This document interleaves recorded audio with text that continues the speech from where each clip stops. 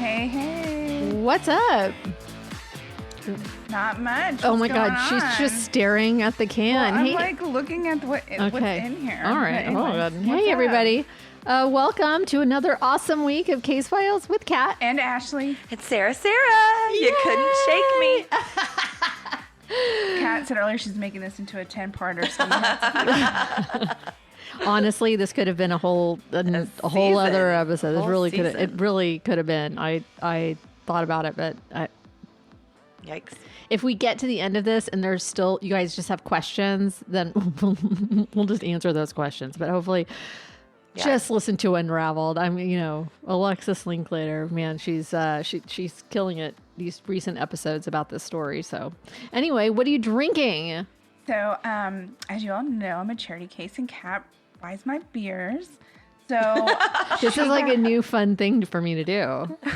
She got me the Austin Eastsiders Hatch Green Chili, which is described as sweet and spicy. It is a limited release, and I really did not know what I was going to get. I'm like staring at her like, what is it? Is it good? Is Hatch Green Chili, like our Hatch? They're like little green chilies. That's local? Is that No, it's a New Mexico thing. New Mexico. Yeah, and like, but there's a season. Yeah. Yes. And like, oh my God, it is so good in like salsas and stuff. Like years ago, when I was younger and had less responsibilities, I used to actually drive to New Mexico and get like fresh Hatch Green chilies. Anyway, so I wasn't sure what I was going to be getting. Wow. Is it spicy? It's kind of got on the back end. It kind of like burns your throat a little bit. But not like But like in a good way. Not like on fire, right? Like, but you can tell there's like a heat. chili. Yeah, there's like a little bit of heat. It says that it has hard apple cider, honey, brown sugar, and Hatch Green chilies. It's interesting. It's definitely it's really good. I don't know that I would drink it all the time. Yeah. But it's very good. It's interesting if you like Hatch Green chilies and ciders. It's pretty cool. It's The all in one can can. has the hot air balloon, which is so New Mexico. Like, right? Yeah, like and New the Mexico cactuses and the chilies. Yeah. It's a lot better than I was thinking. I thought it was gonna like burn my mouth or something. Like I thought it was gonna be super weird, but it's actually really good. Sounds super weird. It does sound super weird. It's not sold. It's All right. weird, but in a great way. Kind of like our show. Sarah. So I'm drinking my mom water. I see what you did. My mom water, which is so good. And mom water, if y'all are listening, you should sponsor me in my daily lifestyle. But they're so good. They are non-carbonated vodka waters. They kind of taste like a melted popsicle. It's so weird. But like I've gotten to the point where carbonated drinks, like I can't drink a whole bunch of them. Like I can't binge them. Sometimes I want to binge. She has Wait, a you whole just get- case in front of her, guys. It's four. It's a case of four. Of little tiny, like, little Trulies. Yeah. It's like I had. They- Anyway, this is a Linda. They Listen, all Linda, have. listen. They all have mom names. It's hysterical. Like I was between the Linda and the Karen today. Karen is lemon blueberry maybe. I got a blueberry peach Linda, and Linda is charismatic, playful, and creative. Oh, fancy. And they're delicious. That should be called a Sarah. I know. I'm really, and mom waters. If y'all want to name one after Sarah, have a great combo. I'm not going to say my secret combo, but they have a whole bunch of flavors. They're really great, and I love them. And mom water is so good. Iced tea and raspberry. No. Although, I I do have that recipe. that we should not have had that day. No. Well, what are you drinking, Kat? Well, Yeah, what are you drinking? I'm drinking a vodka drink, which is basically the salad Salad and to go. The lemonade from Salad to Go. Which is bomb. It's so good. We have it a lot in this house. And vodka. Oh. I got a whiskey drink. I got a vodka drink. I just like took another few sips, and it's literally like drinking like Hatch chilies in liquid form. That's so weird. Because all I can think about Hatch chili is like But it has Hatch honey. chili enchiladas. Like Hatch That's what I'm chili. saying. It It's tastes so literally crazy. like in liquid form. So if you guys like Hatch chilies, this is your jam. This is for you. You can drink it now. You don't have to chew Well, it. You don't have to chew. You don't have to cook. You don't need teeth. You have to eat. You don't We need have to it. chop it or anything. Just open a can. It's good to go. She's got the blueberries. I've got the lemonade. I've got the chilies. Chilies. It's great. Yeah. See, it's like salad. Did you want to try it, Sarah? No, I'm okay. I'm okay. That That was a hard no. Quick no. If you want another one, just sneak on over to the kitchen and grab it. I won't be mad at you. All right. Well, I might get I'm going to another go ahead one, and get started because Sarah's on a timeline here. Yes. So welcome to part 2 of the Long Island serial killer podcast, I guess. This is the saga, the Gilgo Beach killer saga. Okay, so I'm going to start by doing sort of a recap where we left off last week because it was just a lot. If you haven't listened to last week's episode, go and do that first, then come back here to get caught up, to listen to the end. Okay, thanks, bye. Okay, go do that right now, bye. Okay, so the story started for us, anyway, in the early morning hours of May 1st of 2010 when 23-year-old Shannon Gilbert called 911 asking for help, saying, "They're after me." Did you guys have a chance to listen to the 911 call? I did, and it was heartbreaking. I did not because I knew it would be heartbreaking. Listening to it in its entirety was really rough. Knowing it's that long is really rough. I knew I couldn't listen to it. Yeah. She had asked if they could trace her phone, but 911 could not. She knew that she was on Long Island, but that was about it. She stayed on the phone for 22 minutes, and in that time, you could hear the men she was with talking to her. One was her driver, Michael Pack, who she seemed not to trust in that moment. And the other is believed to have been the man who hired her that night, Joseph Brewer. We can also hear Shannon running and knocking on doors of neighbors asking for help. Those neighbors also call 911, but it took authorities an hour to arrive, by which time Shannon had disappeared. Now her case was not taken seriously, and it took her mother's persistence to get the authorities to do a better job of searching, or just searching at all. And when they did, woo boy, did they find some stuff. So here's the timeline. Okay, May 1st, 2010, Shannon goes missing. December 11th, 2010, remains are found along Ocean Parkway in Gilgo Beach. Although Mary Gilbert, Shannon's mom, was notified, it turned out to be 24-year-old Melissa Bartholomew, who had been missing since July of 2009. In December 13th, 2010, 2 days later, authorities discovered 3 more sets of remains right by Melissa's body, all lined up about 500 feet apart, wrapped in burlap. The victims were Maureen Brainerd Barnes, a single mother of 2, who went missing in July of 2007. Megan Waterman, a 22-year-old mother who went missing in June of 2010. And a 27-year-old Amber Costello, who went missing in September of 2010 after her roommate saw her leave without a purse or a phone to meet an ogre-like man who drove a dark-colored Chevy Avalanche. All 4 of these women were murdered and were found about 22 to 30 feet from the edge of Ocean Parkway. So, that's you could throw your drink out. You know what I mean? Right off the road. Just right off the road. Okay, so I need to back up a bit because I told you at the conclusion of last week's episode that there were bodies found that I didn't mention that are tied to this case, right? So I might have mentioned them, but so briefly that they didn't really come into the story. So let's talk about those victims.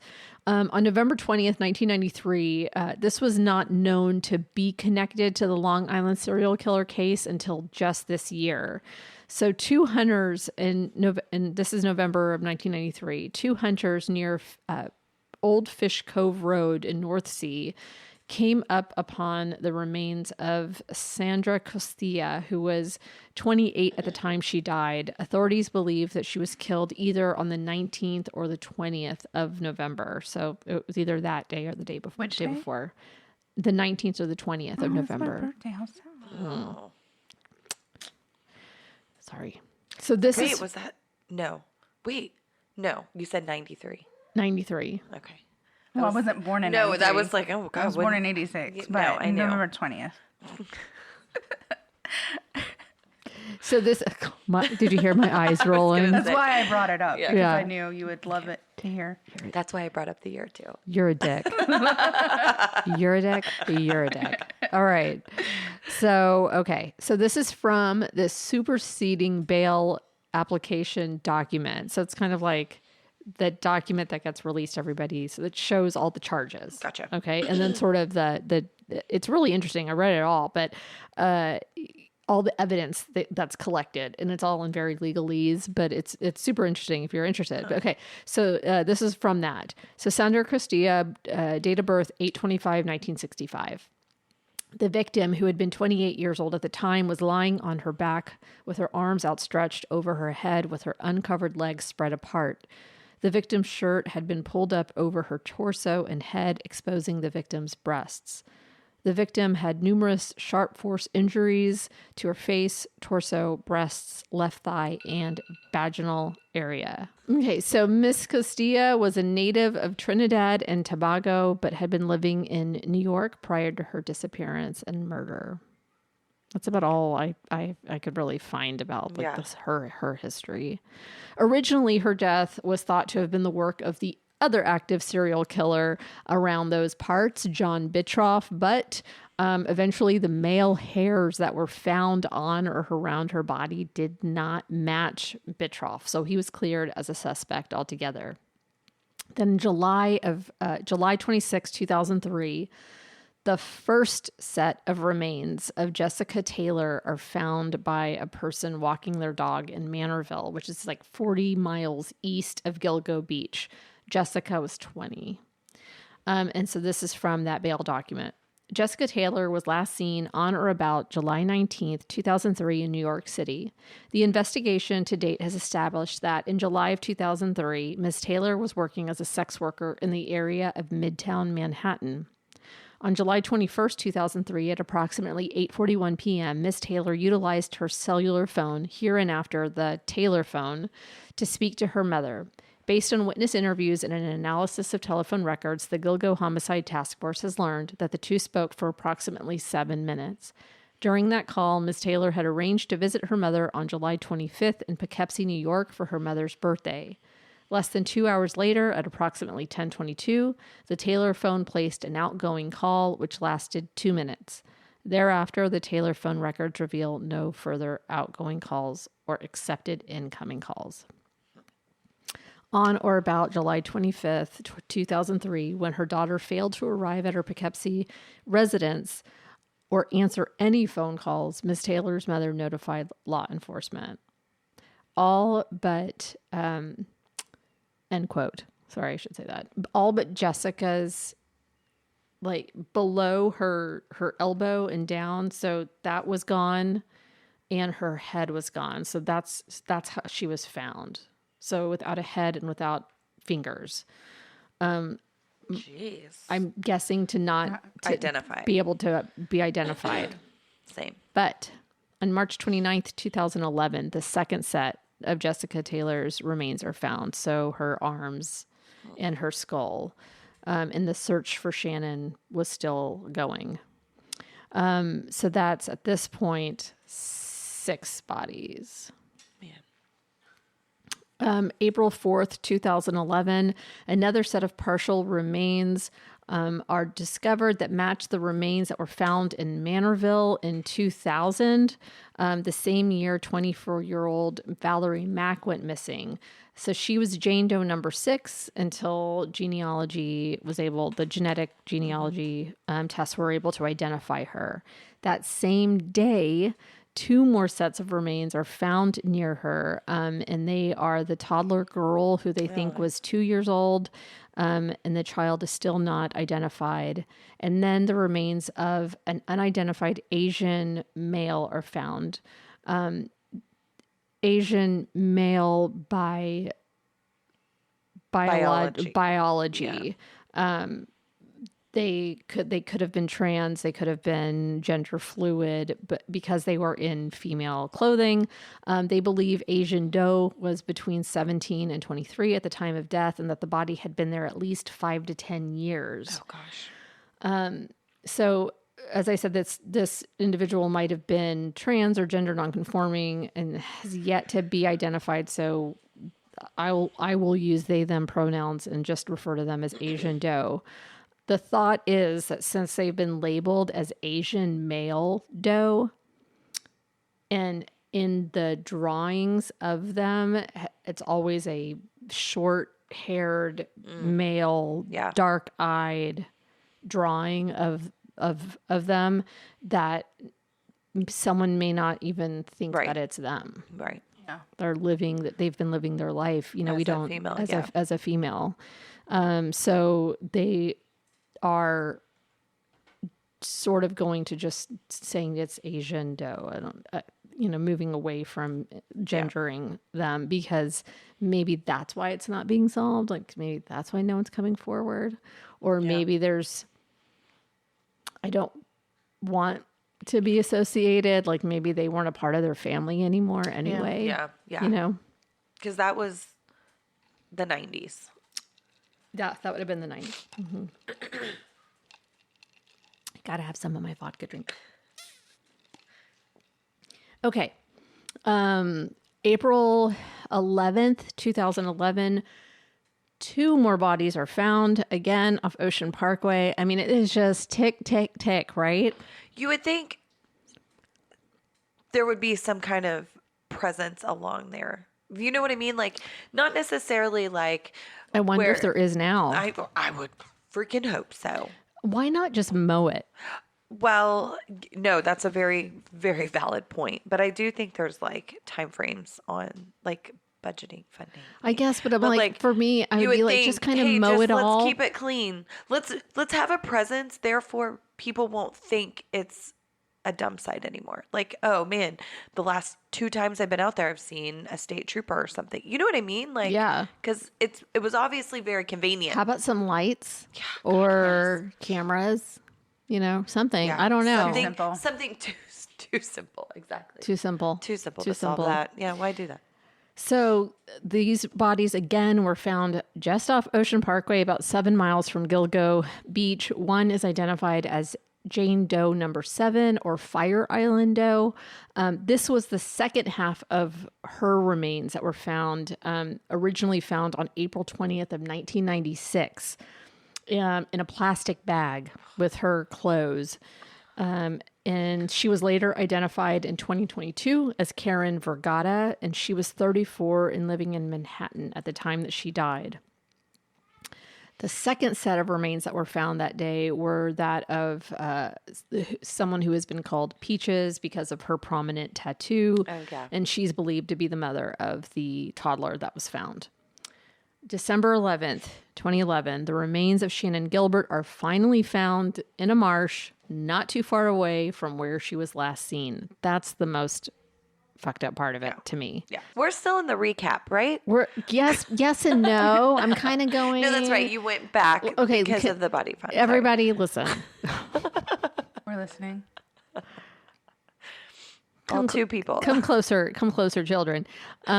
This is my ADHD brain Clearly mine too. trying to put all of these dates and people, Body parts. right? Just and I the only way that my brain could do it was to do it as a timeline. So yes, there's a recap, but I'm introducing new stuff. Right, But, we're putting it in, but I'm not giving you everything just yet. Yeah. God, What is I'm it? not- What is the actor's name? Charlie Day at the whiteboard. Yes, That's us right now. I At need the whiteboard. I need Yes. that. You need do. that. This wall should be. That should be our background. It should be one of those felt walls Yes, with just where the you can- red string, Yeah. and Yeah. that'll be just me. to give everybody a visual of what's going on right now. Yeah. Just think of him in that meme. So what I'm hearing is Sarah's going to volunteer to read our stories in advance and make our boards for us. No, it would get worse if I was just to that. finish our stories the day of the show, Sarah. We don't have time No, to I think go she for it. finished it as she was walked opening in. the door. I was like, I just finished it because There's a lot no of better research time a than lot the of times. present. I was thinking about it, and then I go, oh shit, Ashley asked if anybody survived, and so that's at the very end because just putting that in there, just Okay, adding I'm that in excited. there. All right, so Here for skipping it. way ahead. All right, so January 16th, 2020. Now we're getting to the stuff. Now this is kind of new stuff. All right. January 16th, 2020, police released some evidence and announced the creation of Gilgo News. So gilgonews.com, I think, to help get the case solved. They released an image of a belt with the initials WH or HM on it to see if anyone knew who it might belong to. Was it like a belt buckle or It was was a like whole belt. a whole belt that had it like That's like a weird piece of evidence. that Just had be been like, that had been handled, so it had the DNA Yeah. of the suspect Interesting. on Gotcha. it. Okay. Yep. They kind of had ideas of who suspects could be. A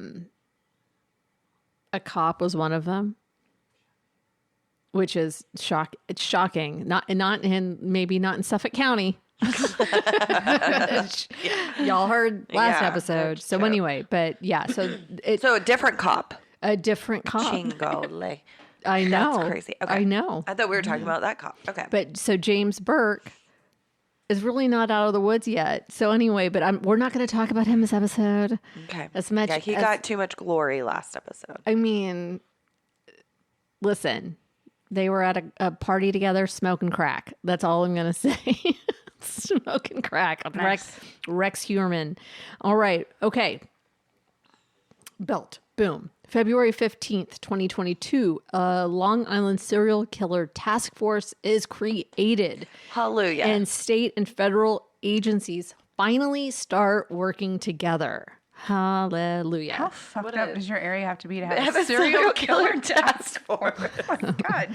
Well, there's you if I mean, it's not a very big place to feel like the need. There's Long going to- Island. but Long there's- Island, not New York. but there's going to be that for any serial killer, Yeah. there is going to be a task force, no True. matter where you are. Okay. But okay. it should have happened way sooner. 20 years ago. Right? All right. So they start working together. They narrow in on a suspect based on cell phone tower pings. Okay. Technology, baby. Here we go. Here we go. A month later, March 14th, 2022, the task force starts looking into that Chevy Avalanche tip that roommate of Amber Costello saw an ogre-like man drive. Well, that pretty much described a man by the name of Rex Huermann. Authorities start tracking him, both digitally and physically, for 15 months. They just kind of let him live and to see what was going to happen. This comes from NBC News. More than 300 subpoenas, search warrants, and other ways to get or process evidence prosecutors wrote in court documents. Billing records connected to Huermann to cell site locations where burner phones were used to arrange meetings, according to the document. The records allegedly show Huermann was in the same location as the burner phones used to contact Bartholomew, Waterman, and Costello. In one case, on July 10th, 2009, records show the burner phone and Huermann's phone were in the same location and traveled together from Massapequa to New York City. Oh, snap. Then both Bartholomew's phone and Huermann's phone traveled eastbound toward Massapequa, according to the court document filed by prosecutors.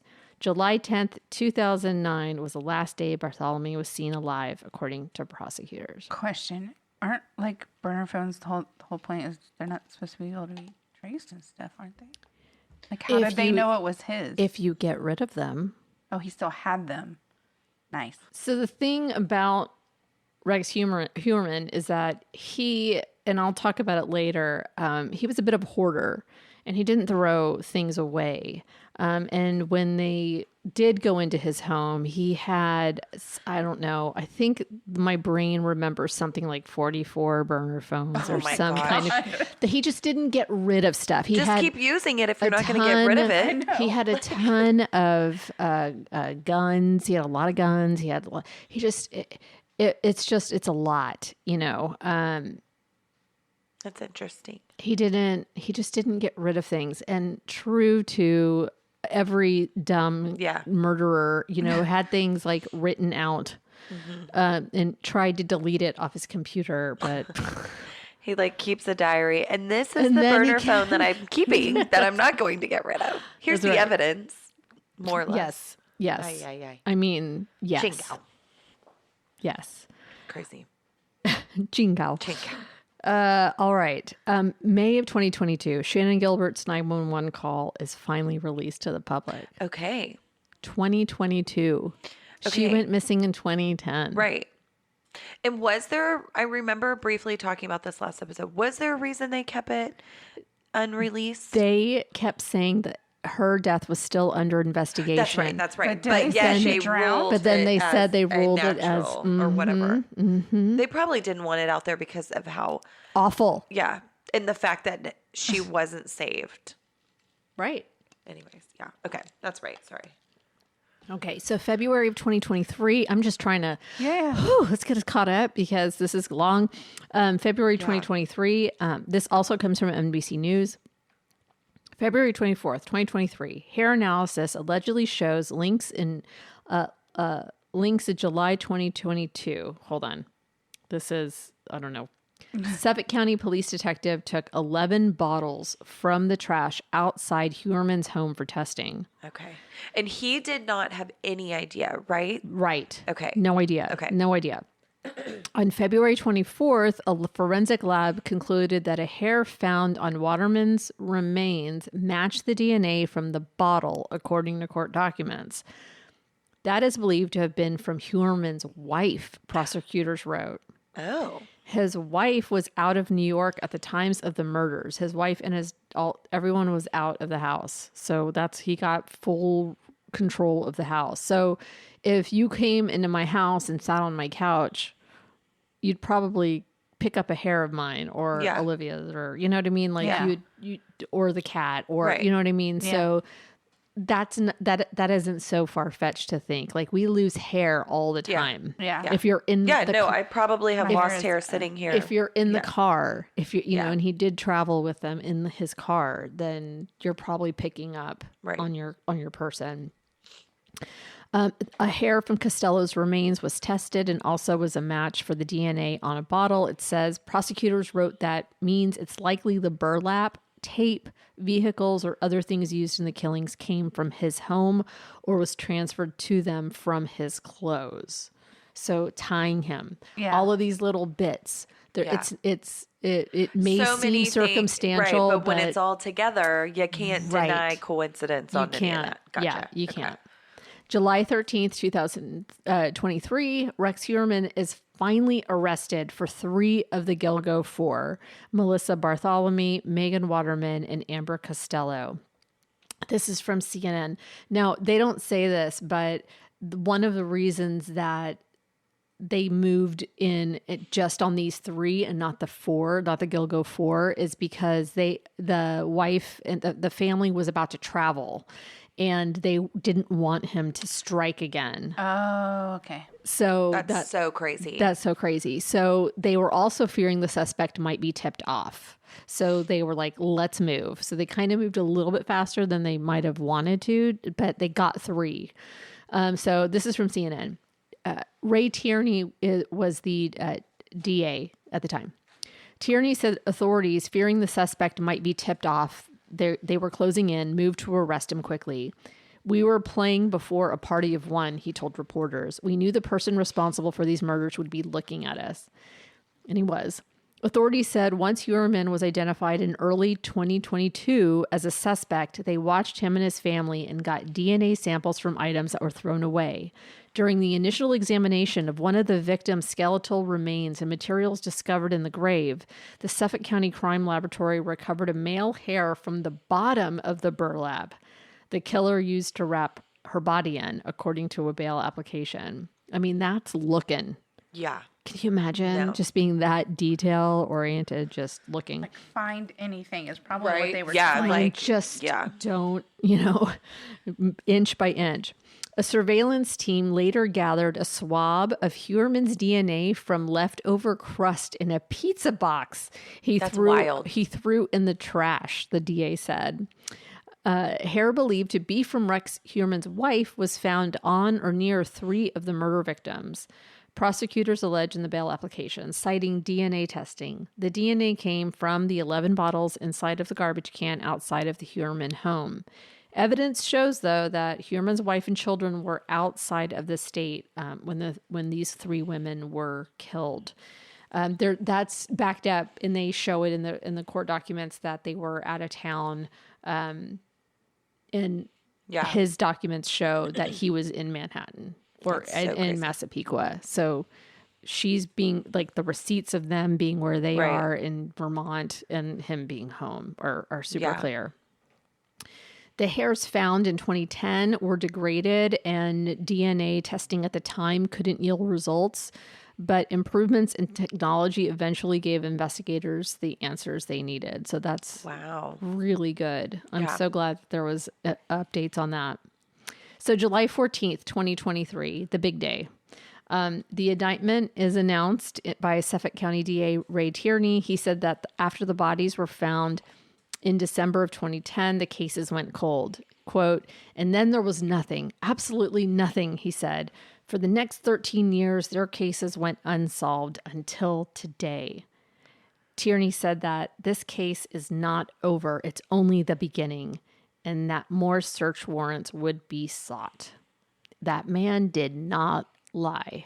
Like, seriously, the amount of things that have come out, just it just feels constant, really. January 16th, 2024, Rex Huermann was charged with the murder of Brainerd Barnes. So the fourth of the Gilgo four. Okay. So charges did eventually Okay. come for that. But right away, they just did the 3. Right. And then on May 20th of 2024, police served another search warrant on the Huermann home. So they got the first one, they got all these, documents, and then they did another one. None of the family were present at the time, and there was no word as to why the police would return to the residence a second time. Like, what didn't they get the first time? And the only thing, like, maybe there was something in all of that, like, cyber evidence. Maybe, like, there's something that, like, Yeah. he keeps mentioning this, so maybe we need to go back and look. Like, something was hidden, maybe. Yeah. Something. So obviously, some sources told, like, the local news and things like that it was the wood paneled walls in the basement were removed. okay. Well, yeah, I would want to check that out. But would that have been like, I mean, I don't know that would have been something I would look at, but now that's something I will always think about. Oh, wood paneling, take it off. You know what I mean? Like, you're searching, you have a search warrant, Yeah. look at everything. Yeah. Yeah. I thought you meant like if you walked into someone's home, like a Take it normal off. every No, day. no. Oh my god! Like, I need look you in to that open shit. your walls right now. I need to investigate. Thank Anyone you. with wood paneling, you are sus, and we're coming for you. Sus. It's like, Tear that shit down. it's not just, I mean, no, seriously, like, it's the basement with wood paneling That is really weird. on the East Coast. Yeah, no, I mean, that's probably everybody, Mm-hmm. right? Okay, so wait. They were saying that they needed to go in and take it down and search They it? took it down. Okay. They did. They went in. Oh, okay. Weird that they had basements on the East Coast because typically we didn't have basements. Oh, yeah, there's lots of basements. Well, like northeast. North and I was gonna say maybe because Yeah. in North Carolina, South Carolina, and like Georgia and stuff, we didn't really have basements. That's We like had the, attics. that's like the more south. South. Oh, excuse me. This is the That's why you have northeast. That's why you have a Southern accent when you get mad or drunk. Yeah, we're talking about these Yankees and their Yankees. And their Yankees. basements. That's the North. Well, you said East Coast. Excuse me. Okay. You didn't say the North. Okay, sorry. The northeast.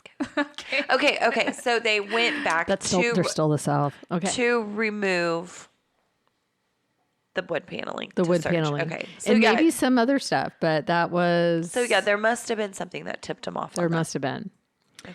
Because on June 6th of 2024, I mean, this was just That's just the happened. other day. More indictments Oh my gosh. were announced. I'm telling you, this is like, gosh. boom, Yeah. boom, go Ray Tierney. Keep him in office. No joke. Right? So Huermann was formally charged with the slayings of Jessica Taylor and Sandra Costilla, bringing the total number of women allegedly, possibly killed by Rex Huermann to 6. Okay. I have to remember to say allegedly. Allegedly. What, is he going to come after me? I don't know. I may. Well, I mean, he may. He may. Yeah. Oh, shit. Allegedly. Oh, yeah, because he does like to sue people. I talk about that too. Prosecutors also disclosed they've unearthed a gruesome planning document, Oh my gosh. a file Huermann allegedly kept on his computer to help him prepare for hunting, killing, and disposing of victims. Aren't you so excited about that one? It's just like, I know we talked about like it's part of the process that they enjoy, but like idiots. So I don't know. I can't get being so dumb about Right. the crime you're about to commit. Right. Not that like I'm excited that they're dumb because these people Right, are because getting they like get- cases are getting solved, but these people are fucking idiots. But what's funny is they do it as if they're Like, if they're planning eas- so good they won't get caught. Yeah, and it's like It's like, no, fool. you're Like, posting on like you're Facebook. premeditating, clearly. So when I listened to an interview on Unraveled, they were saying, you know, part of the sexual gratification is in the planning. Yeah. Part of Yeah. the I mean, excitement I is get in the planning. but like to do it on your family computer and have 44 burner phones in your house. Yeah, the idiot. I'm sure the fact that nobody you could get use- burner phones and then keep them. What married man gets burner phones? And he had throwaway emails. He had all these fake emails so he could look at porn sites. But we'll talk about that in a little bit. Looking forward so to it. here. Sarcasm. Yeah, thank you. Okay. So what? Okay, so I'm just gonna, you know, this is from the planning document. It was created. It was not downloaded. It was created on his computer and deleted, but it eventually, but it was created, edited in the year 2000, the distant future, the year Yeah. 2000. Sorry. Oh gosh, that was a deep cut. If anybody, I was just starting high school. if anybody knows Flight of the Conchords, that's one of their songs, The Distant Future. So the list of things that he plans out. They're in four columns.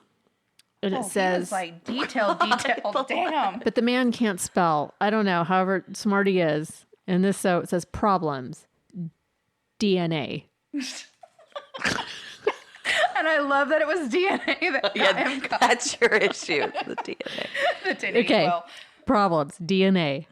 Solution. Do not tell me he has solutions as a column. Okay, sorry. Oh my God. This is just the list of problems. DNA, tire marks, blood stains, fingerprints, MO. I'm not really sure what that stands for, but it says plastic. Motive? No, because it says plastic in parentheses. It's plastic bag / cat litter, which it would be used to absorb blood, you know, and body fluids. Witness, trace source of supplies, foot shoe prints, photos, ? Misleaders, MISS -leaders, ? Police stop. Now, that would be unfortunate. Fingerprints. He said that already. In gloves. So the fingerprints in the gloves. Okay. Okay. Plastic bags matched to box. Hair and fiber. It was hair that got him. Yeah. All right. Your wife's. Your wife's hair. You can't stop it. It's like, oh, my hair's not here. I'm good. And then his house wasn't like immaculate. What the fuck was he thinking? Like having that be. I mean, he obviously thought a lot. He had a lot of problems listed. I know, but he wasn't like, look at your surroundings and see that you can't possibly. Yeah, hair clean is all the problem. this. Make sure there is no hair, like lack thereof. Females shed like yeah. crazy.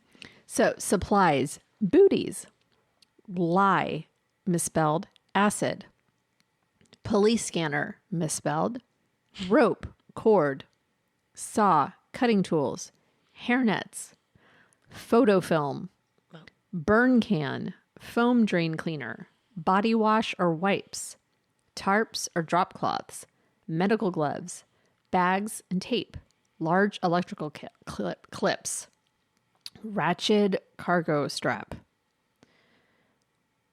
Okay. And then it says DS, and they are assuming that this means dump site. So it's DS1 Mill Road, which some bodies were found there. DS2, ? Dumpster site, next time recon dumpster locations. Then TRG, and they're thinking that means target. T1 Megan, ? Small is good. TUNK black. Don't know what that means. I can tell you one thing.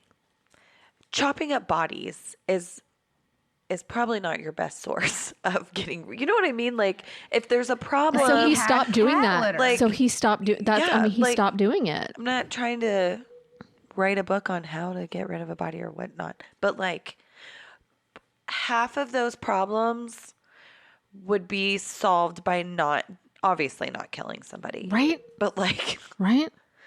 So Megan was predetermined, like that was predetermined targets. I don't know. It's like, it's so eerie. no, it's so deranged. It's so deranged. He just has these dead eyes. Okay. Who the fuck is Rex Huermann? Like, we talked about James Burke. We talked about whatever.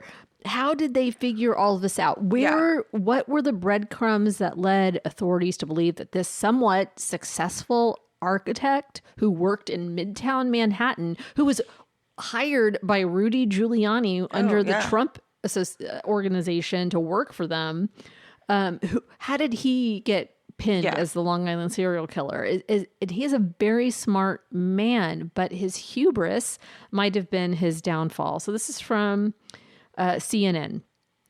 Huermann, who was a source familiar with a case, said is a father of two, is a registered architect who has owned the New York City-based architecture and consulting firm RH Consultants and Associates since 1994, according to his company's website.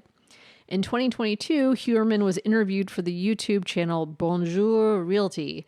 He spoke about his career in architecture and said he was born and raised in Long Island and began working in Manhattan in 1997. So just so you can hear his voice and his annoying smugness, this comes from that 2022 interview by Bonjour Realty. I say it like that because he's French. He's like, bonjour. Okay. So not to make fun of that, but I'm not saying, anyway. Allegedly. Here we go. Okay. All right, my last question. Okay, here I know. I see.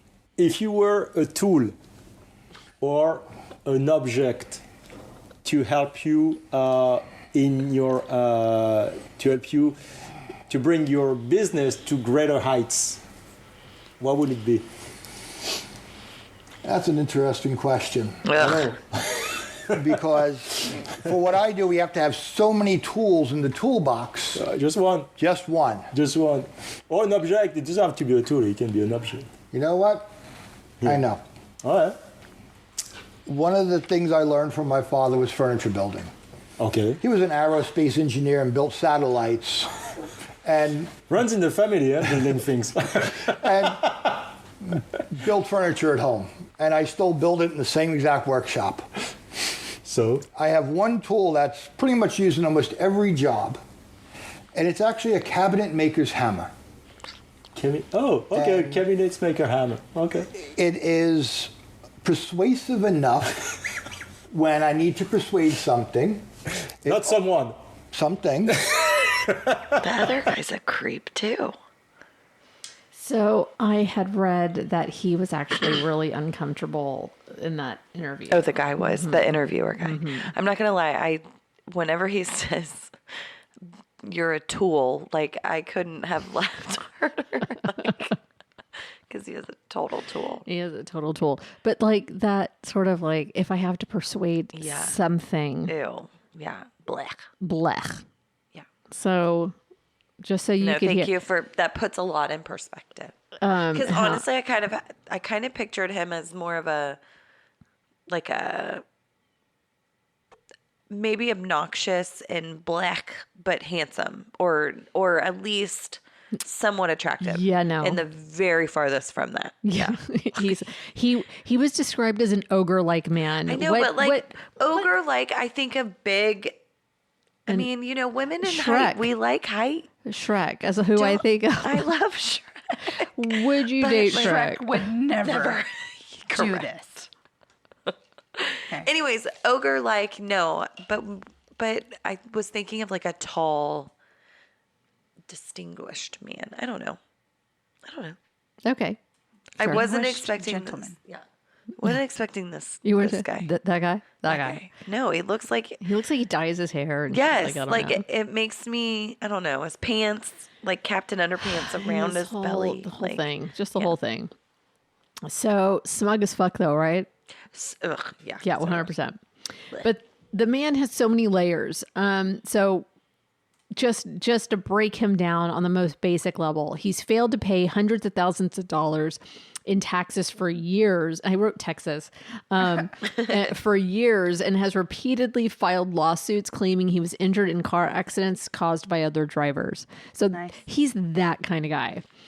Someone who went to high school with him said he was a mama's boy, just really close to his mom, which makes me like kind of nervous. Like, I don't want to be. Oh, I know. No, I have 3 mama's boys. Yeah. Justin's like, damn it. He'll be like, we'll change that. And then that'll probably create a bigger problem. No, he'll So just deal with sometimes it. I wonder, like, mama's boy, are they insinuating like a sissy? No. Or was he just like I need my mom. Yes. Here's my mom. Yeah. I love my mom. Like, mom was everything. Okay. Yeah. Well, that's not a red flag. I mean, when you're 30, 40 years old, that might be a red flag. I'm hoping they stay mama boy forever. They need to get married, though. You know, No. maybe. No? Okay. Okay. Enough with they're my insecurities. Okay. So his father, Theodore Huermann, who seemed like a handsome dude, served in World War II and in the Air Force as a second lieutenant. He died in 1975 at the age of 50. There's just not a lot known about his family. So that might have been a very traumatic experience for him, since he would have been about 11 or 12 at that time. And, you know, Yeah. and that could have been the Why start is a mama's boy? or why he's a hoarder. Yeah. You know, Yeah. things just. No, the hoarding thing really does. It's not just the documenting. The hoarding is kind of like, I feel like it could be associated with other. I mean, it's trauma. It's usually based around Trauma-based, trauma. And so, you know, he didn't get to have his dad. And, you know, yes, he's really close to his mom, but there was probably just, I mean, there's trauma. Yeah. In 1994, after his first marriage failed after 2 years, he bought his childhood home from his mother for $170,000. So he couldn't even throw that away. Yeah. So, and that's where he lives to this day. And that's really sweet, but the house is a fucking mess.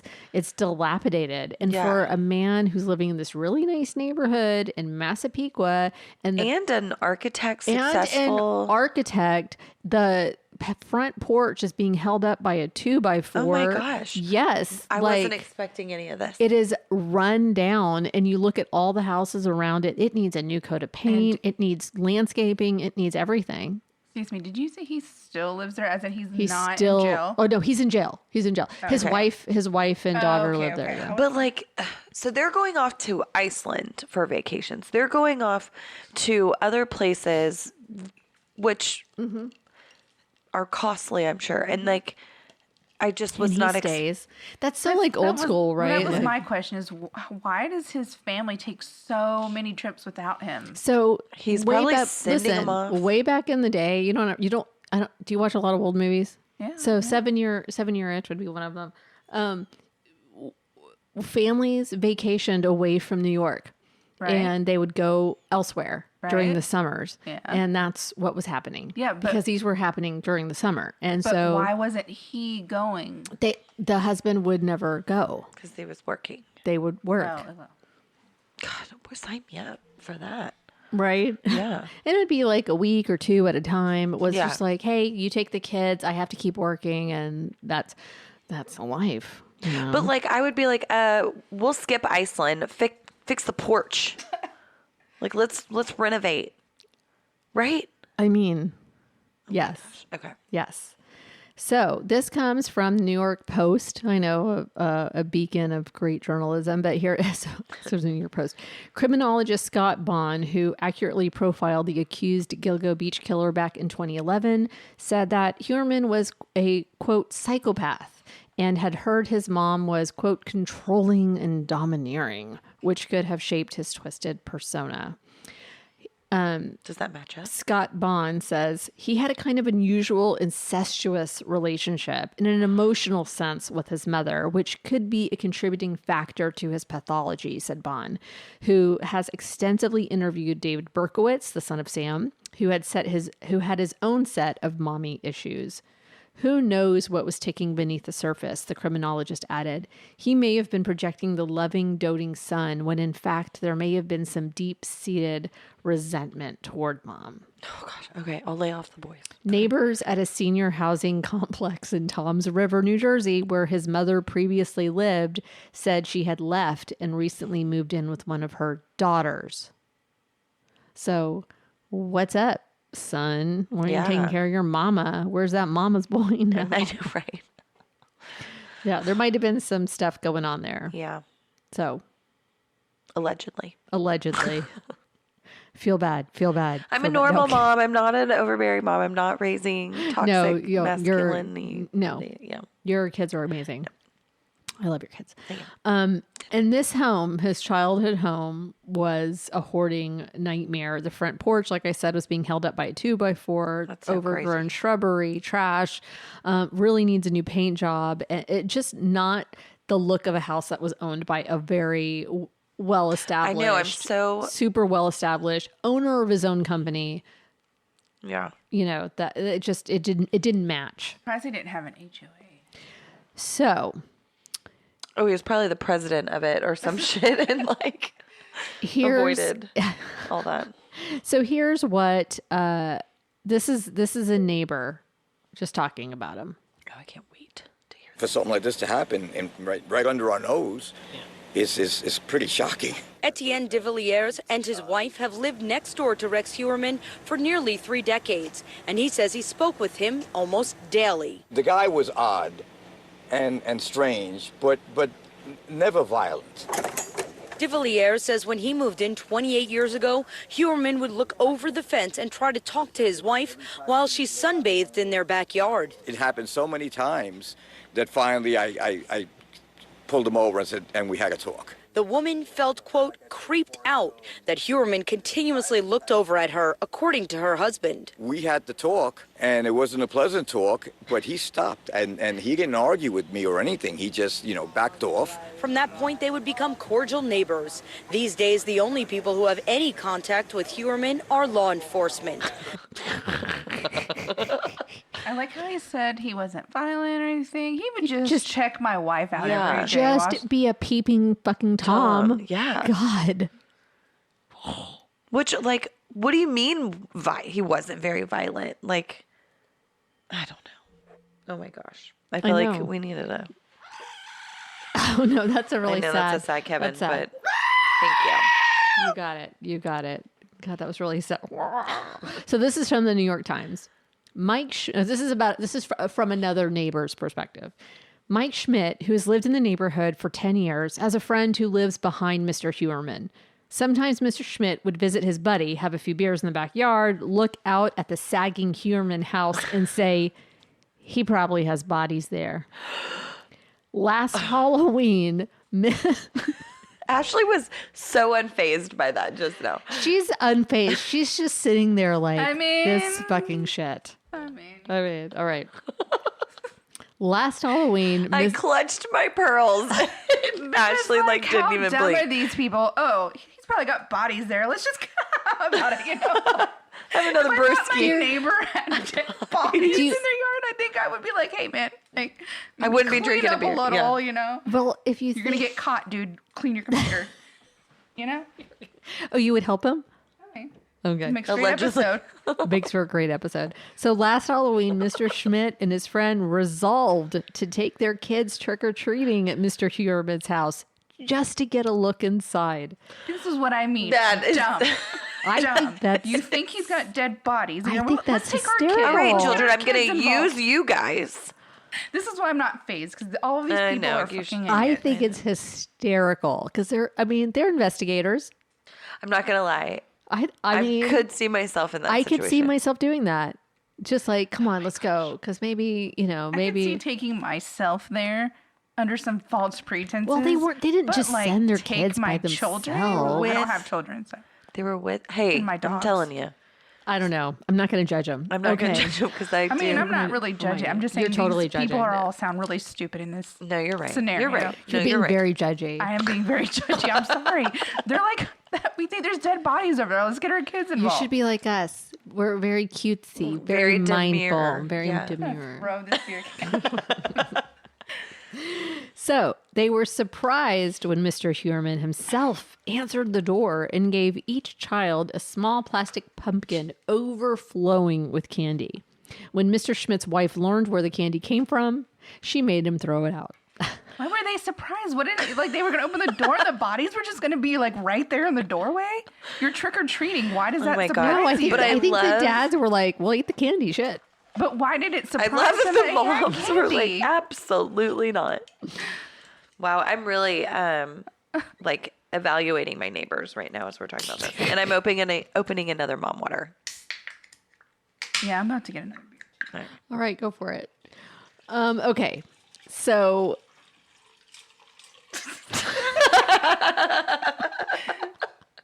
does anybody need a pee right now? I know. I actually almost did it closer to the microphone just to be funny. There you go. It's still really Refilled. loud. There we All go. right. So, Ashley, you asked. Nikki Brass, a former escort turned hairstylist who had what she recalled as a chilling encounter with Rex in 2015. To her, his arrest was hardly surprising. She said, I told people for years, I said, I swear to God, I went to dinner with the Gilgo beach killer, Brass told Dateline. Oh my gosh. People kind of laughed it off like, yeah, right. Okay, I'm sure you did. So this is her interview It with... didn't get weird until... This is her interview with Anderson Cooper. It didn't get weird until he asked me if I was a true crime fan. Wait a minute, he asked you if you were a true crime fan. He asked if I was a true crime fan, and I am. I'm a serial killer buff. I won't even lie. It was when he said, well, do you know about the Gilgo Beach murders? He actually brought it up. Yeah, he said. So he has said to me exactly, do you know about the Gilgo Beach murders? And I was like, yeah, I'm from Long Island. Everybody from Long Island knows about them. You know what I mean? And that's when he started talking about it. But here's the thing. When he brought it up, his whole demeanor changed. He sat up straighter, you know. He had like a smirk on his face. He seemed almost like too excited to talk about it. And then once he did start talking about it, it didn't seem like a true crime fan who just knows information they've seen on TV or read. Mm-hmm. It seemed like somebody who was reliving it. One thing I remember specifically was he said to me, how do you think they get rid of the bodies without going noticed? And I said, I have no clue. I've never been to Gilgo Beach. I don't know the access points. Like, I couldn't tell you anything about it. I have no idea. And he said, what if they treaded through the marsh with the burlap sacks? You would never see them. Oh my God. He's like, it's a very dark and desolate area. What happened that day? You decide at some point this is not a good idea. So after he started talking about everything, he ended it with saying, oh, I live by Gilgo Beach. First of all, Are you kidding me? I'm not. After telling me all of this, Absolutely not. Jesus Christ. What an idiot, that guy. By the way, do you want to go visit the marshes with me? Do you want me to show you? Get in this sack and I'll demonstrate how I no think they did it. kidding. Oh my God. Like, oh my God. Sorry. Continue. Okay, thanks. you then tell me you live near Gilgo Beach and it's dark and it's desolate. So that weirded me out enough. And that's where he wanted you to go, to his house yeah. near Gilgo Beach. Yeah. when I wouldn't go with him, that's when he started seeming visually very agitated. Almost like I put in all this work. I came all the way out to Suffolk. I took you to dinner. I met you in public. Why are you not going back with me? Like almost like I owed it to him. And that's when like he even though he seemed agitated, he used his like weight and size to almost try to intimidate me even more. Thank goodness you didn't. I was terrified. I called somebody to meet me in the parking lot to make sure I got to my car okay. When you saw the news break and you saw his picture, I immediately texted my little sister and told her to go look at the news. And I said I was right. I knew it. Does she say why she didn't say anything at the time? Like when it happened? I don't know that you necessarily believe that. No. I mean, you're just. Someone's telling you exactly how a murder has happened and like inviting you to go to the said area. Like, but you're also an escort. Yeah, that's what I was like, thinking. who's gonna Like your believe credibility. me? Yeah. Like, unfortunately. But the dumbass, I can't believe. The what? He's such a dumbass. So, I mean, you don't think that was the first time a conversation like that happened with one of his dates? Yeah. She's just one that was smart enough to like. Not smart enough. Like smart enough to think of like this could. She was maybe one of the only true crime aficionados. 'Cause, like I don't know what I would have done, honestly. In the moment, being with him, listening. I feel to like him. if you asked one of us, we would have freaked him out with how much knowledge we had on true crime. But I think it was different then because they I'm didn't have like just a podcast and stuff about it. Like, No, they I'm do joking. now. Not yet. But like, yeah. I don't know. The fact that I guess He was following the news so closely that she's like, okay, I know a little bit about it, but damn, like you're. Well, no, some of that, even if we did know all the details, the way he's stating them is Like boastful and like obviously he was saying, well, you know, they would tread through the marsh, blah blah. A normal person wouldn't think that. I'm But surprised also he wouldn't let her put call ourselves somebody in it. Well, to come like meet. You know what I mean? Like I'm surprised he let her. Well, she was in a public place. What's he gonna do? Oh, but they were they still- were okay. still, They were yeah, still they were at still in a dinner. public place. She made him meet her in a public place, Yeah, and he that's- didn't want to. Yeah. But the other thing is that he was having this conversation with a sex worker about the deaths of sex workers. Yeah. And the just tone deafness of that. Yeah. That didn't set off. Like, why are you having that conversation? Like, Yeah. this is really interesting that people in your line of work are dying. Right by my house. Right by my house. Do you want to come see No, it? you know what it sounds like to me? It sounds like he might have said that to other ladies that he murdered. 100%. Like it was That's part what of I'm his, saying. his foreplay. I don't think that was the first time a conversation Yeah. like that happened. Gross. I do think that might have been one of the only people who actually was like, I'm uncomfortable, and listened to their gut. Yeah. You know, we don't listen to our guts. a Women lot. are so polite a lot of the times. We hate to be a burden. We But hate it's to say also- no. Giggle through it and maybe not feed into it so you didn't get that much info. And maybe she And she was giving more and he was telling more. You know? some of what was being said was that there was offers of a large amount of money, more than normal, you know, Yeah. and that those dollars when you need it are very attractive. So you're like, oh, it can't be him. I can't have, you know what I mean? Like, Yeah. you just, Yeah. it can't be the guy. Yeah, when we talked about the girl leaving her purse. I mean, there's more than one that did that, Yeah. and he wanted that. She made him meet her in a restaurant, and that was one of the few times that happened. Yeah. So, good for her. Good for her. I'm glad, Yeah. and she has been on every circuit. She's talked to so many people. Dateline, Anderson Cooper, every NBC affiliate. Like, seriously, she's everywhere. I'm so glad, because there is someone who survived him, and it just gives everybody it ties him back to everything. That's what I was just going to say. It ties him back to solidifies it. Okay.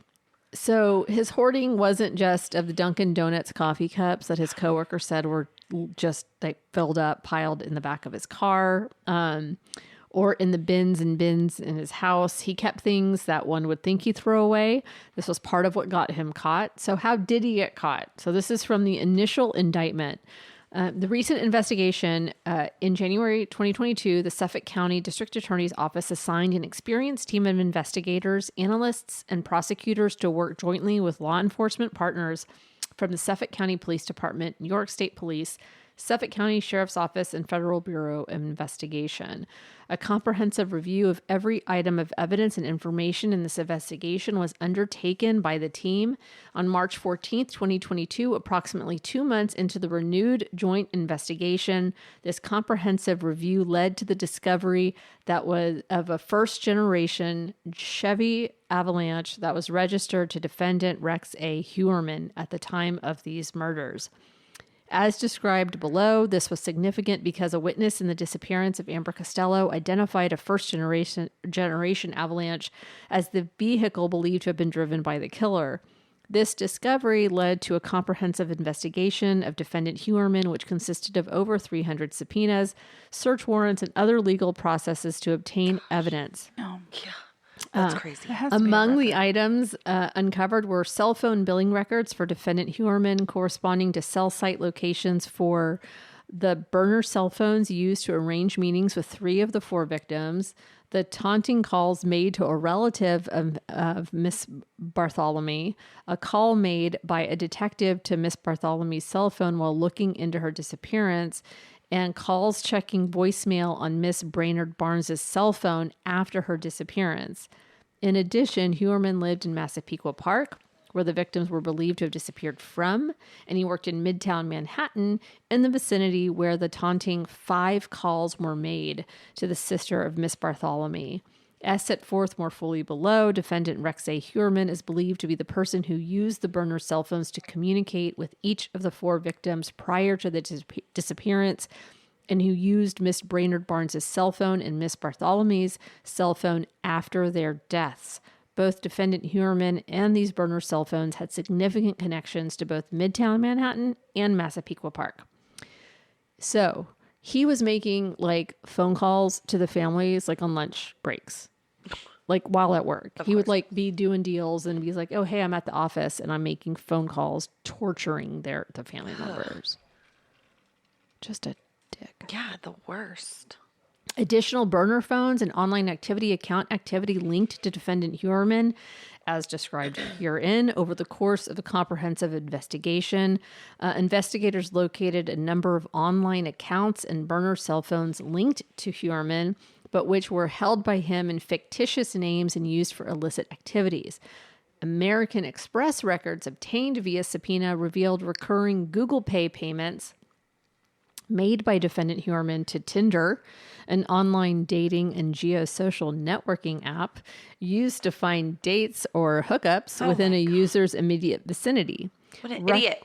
Records were, well, it was a fake thing. Records were then obtained. But he kept everything. Yeah, he kept everything. Records were then obtained from Tinder, which revealed that the Tinder profile was set up in the name Andy. His middle name is Andrew, with links to burner cell phone, blah, blah, blah, blah, blah, subscribed in a fictitious name of Andrew Roberts, using the email account springfieldman9@aol.com. The Springfield9 at AOL.com, Springfieldman9 at AOL.com account was established with AOL on January 15th, 2011 in the fictitious name John Springfield with an Astoria, Queens, New York zip code. And, burner phones have no subscriber information. So, Google legal process served on Google seeking records or accounts associated with the device. Identifiers of these additional burner cell phones revealed a connection to yet another burner or junk email account called thawk080672 at Gmail. Thomas Hawk. So Thomas Hawk email account. And so that email account was used to do searches related to porn and sex workers, sadistic torture-related porn and child pornography. So including Mistress, Long Island, Mature Escorts, Manhattan, Girl Begging for Rape Porn, Teen Girl Begging for Rape Porn, pretty girl with bruised face porn. Oh, God. Torture redhead porn. 10-year-old schoolgirl. Ew. Something plump pussy lips cut off porn. Oh, God. Skinny redhead tied up porn. Short fat girl tied up porn. Tied up and raped porn. Asian twink tied up porn. Tied slave force fed cock. Sorry, this is just super. Yeah, it's very niche. Cum porn. shot and crying porn. Jesus Christ. Chubby 10-year-old girl. Black girl 10 years old. Girl with face beat up. Chubby 10-year-old girl crying.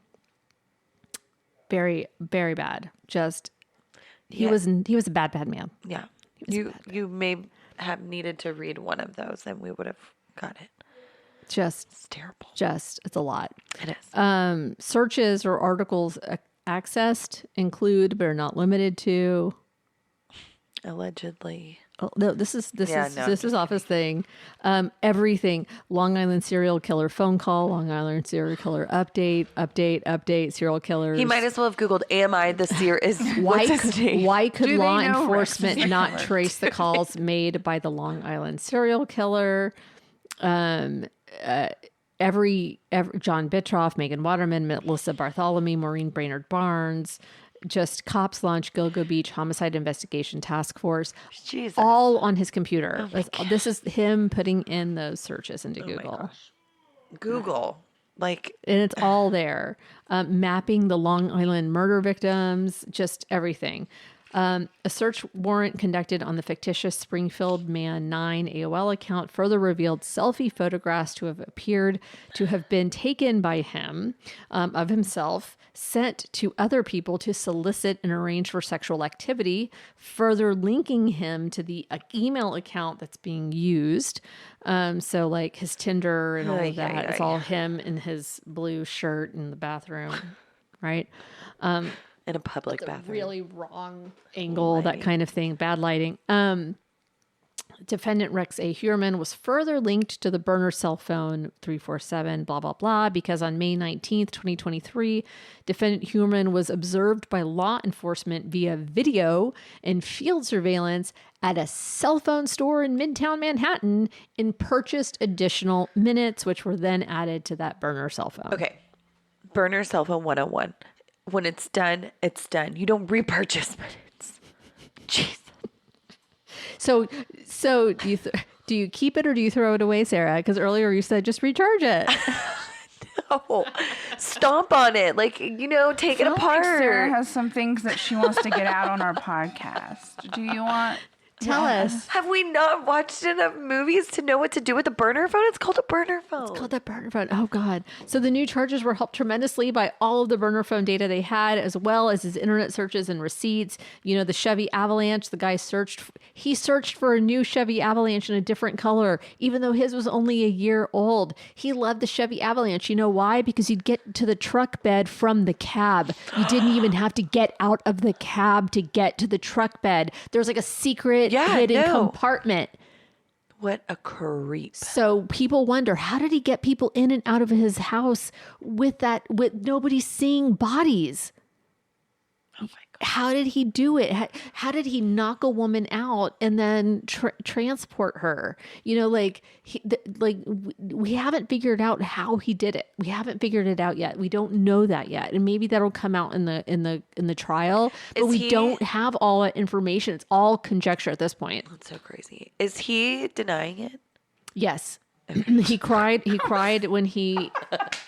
He cried when he was arrested. He was like, "Well, I didn't do this," but that's. But he also wrote another serial killer and there's letter exchanges with another who's your serial lawyer? killer.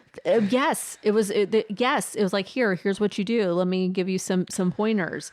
So, and then there's the DNA, the hairs that were discovered on or near all of these victims. Like they tested. It's like 1 to the 10 to the 600 zeros, right? Like that's, I can't even say that number. I don't even know what that number is. Like 98% of the country has been ruled out that you haven't. That's how likely it is. Yeah. North America has been ruled out, but you haven't. We cannot rule you out. Yeah. So everybody else is ruled out but you. Yeah. Like you can't ignore that. And so if somebody's like, right? So God, I feel like there's so much I haven't said, and I know you guys probably have questions up the walls. If I were you, I would have questions. Yeah. I should have probably done a third episode, but shit. There could be more victims. Sure. For one, there's Asian Doe, although not exactly like the others based on Rex's internet searches and porn history. Yeah. Asian twink. Yeah. He might have been fluid in his sexuality. And then there's this man named or he didn't know that the Asian Doe. I think that he knew. When you think? Or He I was going to say he was into the porn. He was watching the porn. before or after? Before. Okay. I was going to say maybe he realized he was into And it. then there's after. Andre Jamal Isaac. So Andre Isaac was a professional drag queen known by his stage name as Sugar Bear. He was tall. He didn't fit the bill, but he was also, it was also during that same time and all of that. Like, so there's kind of, he spent a little bit of time on the Gilgo case website and then came off. It's very weird. So that's something like the family has said, that's another possible victim. So Asian Doe, Andre Isaac, or Sugar Bear. And then of course, Shannon Gilbert. And I think Shannon Gilbert's case needs to be reopened. I think that needs to be 100% reinvestigated. And, Isaac's mother, Andre Isaac's mother, reportedly believes that his son's murder is connected to the Gilgo investigation and said she had been in touch with Homicide Squad detectives to discuss it. There are very few details of the case publicly available, but his head was found with a bullet hole in it. And so that would have been the only one of these victims to have been shot. But he was also 6'3". So not somebody that right, because Rex all the other Huermann, girls were petite. and he was a very beautiful 6'3", like Sugar Bear, very popular drag queen. That's terrible. Yeah, and so those are the updates as I have That's them. so crazy now. that it's like it is a living story right now. And so I will do my best. I have all the alerts on. So if something comes up, even if it's not my week, I'll make sure that you just at least get an update on the podcast. Didn't you tell me there was multiple serial killers at the same time Yes. in this area though? So there's John Bittroff is actually trying to get his case either re-adjudicated or dropped. He wants to be let go because he's like, Rex Huermann could have done it. Yeah. But there's also cops. There were also cops who were brought, like there was a wife of a cop who said, I think my husband did the Gilgo killings. And so they were looking into that. And I don't know if that cop at the time had the initials of MH or W WH or HM. Like, I don't know. Like, we don't know how, but the DNA is pointing to Rex. I just think it's so crazy. There were so many that's what I was gonna killers say. in the same little area at the same time. My fear is they're all. You remember how I mentioned one that is too many. One Two is is a lot. But the fact 3 is a crowd. The fact that they thought it was the chief of police. No. Or there's another cop that we don't know about. Well, that's how I mentioned that novel. It was it was a fiction novel that I read. It's 704. Oh my gosh. But like my fear is like I think of this novel of like this disgusting crime ring of like these powerful ish people and like all kind of being in on it. Yeah. Ugh. Like that's scary to me. Honestly, it wasn't until all of those people went to jail or were not in power anymore or whatever. Right. Everyone had to go to jail open. for it to have been bust open. Right. And it just took alarming. so long. It's alarming. It took so long. So it's crazy. This is a crazy story. It might be one of the craziest I've done. Not like heart wrenching, like but like it is heart wrenching, but it's like, of course, there's so many layers.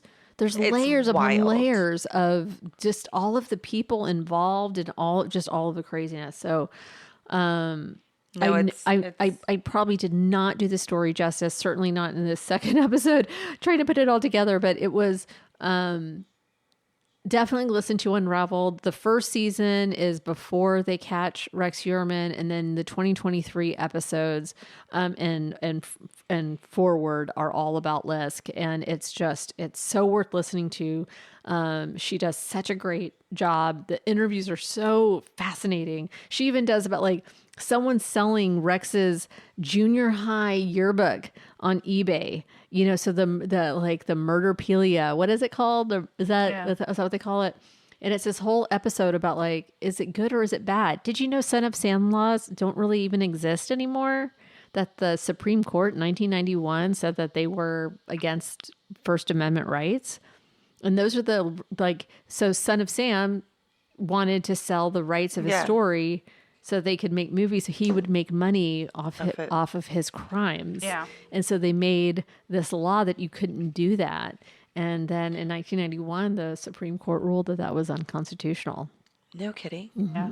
So there's a lot of people, if you go to like these markets, horror concept, that have letters and artwork from all of these serial killers and stuff that they sell. I mean, that's so weird. It's not weird that they're selling it. It's weird that people are buying it. It's weird that the prison allows it. I mean, is it any weirder than us talking about it on a podcast? Yes. I don't know. Talking to the serial killer directly. And we don't I'm not craving something from a serial killer. Yeah. Like we are talking about it, I do. And sometimes I think like we as a community, as true crimers, give the glory, because most of the personalities of these killers enjoy it, right? They enjoy the notoriety and stuff. So I sometimes do hate that they get that from this culture phenomenon of true crime. But like Dahmer on Netflix, he was hot. I know, and glorified and whatnot. But we're not going out looking and buying memorabilia. If Rex Huermann wanted to be on this podcast for an interview, I mean, it's up to you. I mean, personally, I will not be returning for that episode. You know. Well, I'm just saying, it's such a fine line. No, I know I get we're not collecting the things, but some people collect baseball cards. We some also people do a lot of trying to highlight the victim. No, I think so too. 100%, and I think most do. It is to raise awareness on the topics and give the victims the attention they deserve, which is great. And that's why I'm saying we're different than the people who are going out to purchase those things. Also, we're not making money. Right.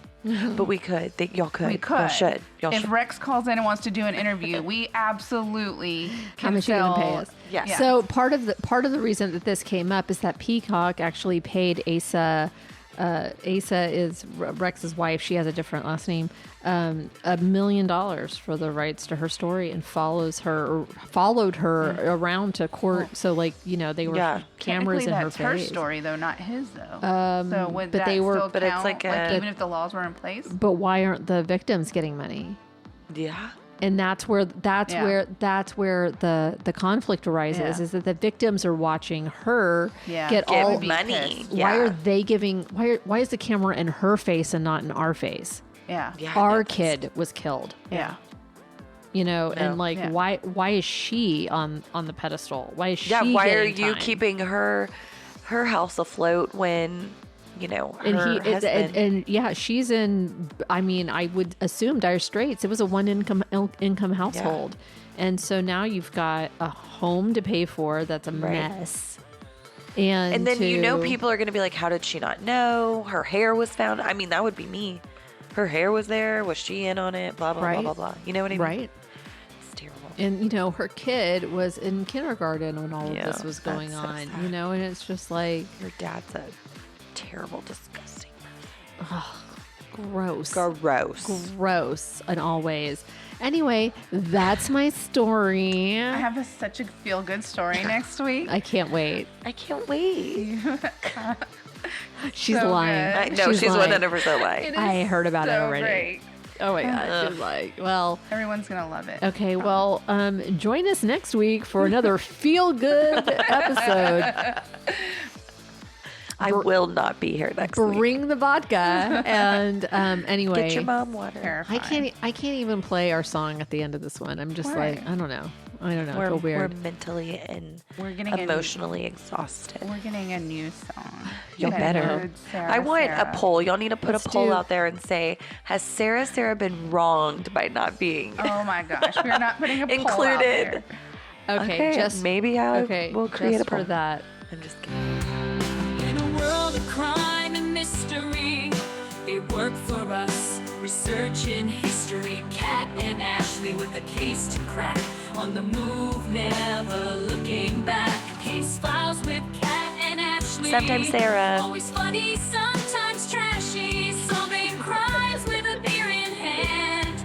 Drunk detectives in a crazy land, from the studio to the scene of a crime. Technical issues all the time, with charm and wit, they're quite a sight. And Kevin the goat, he screams all night. He screams all night.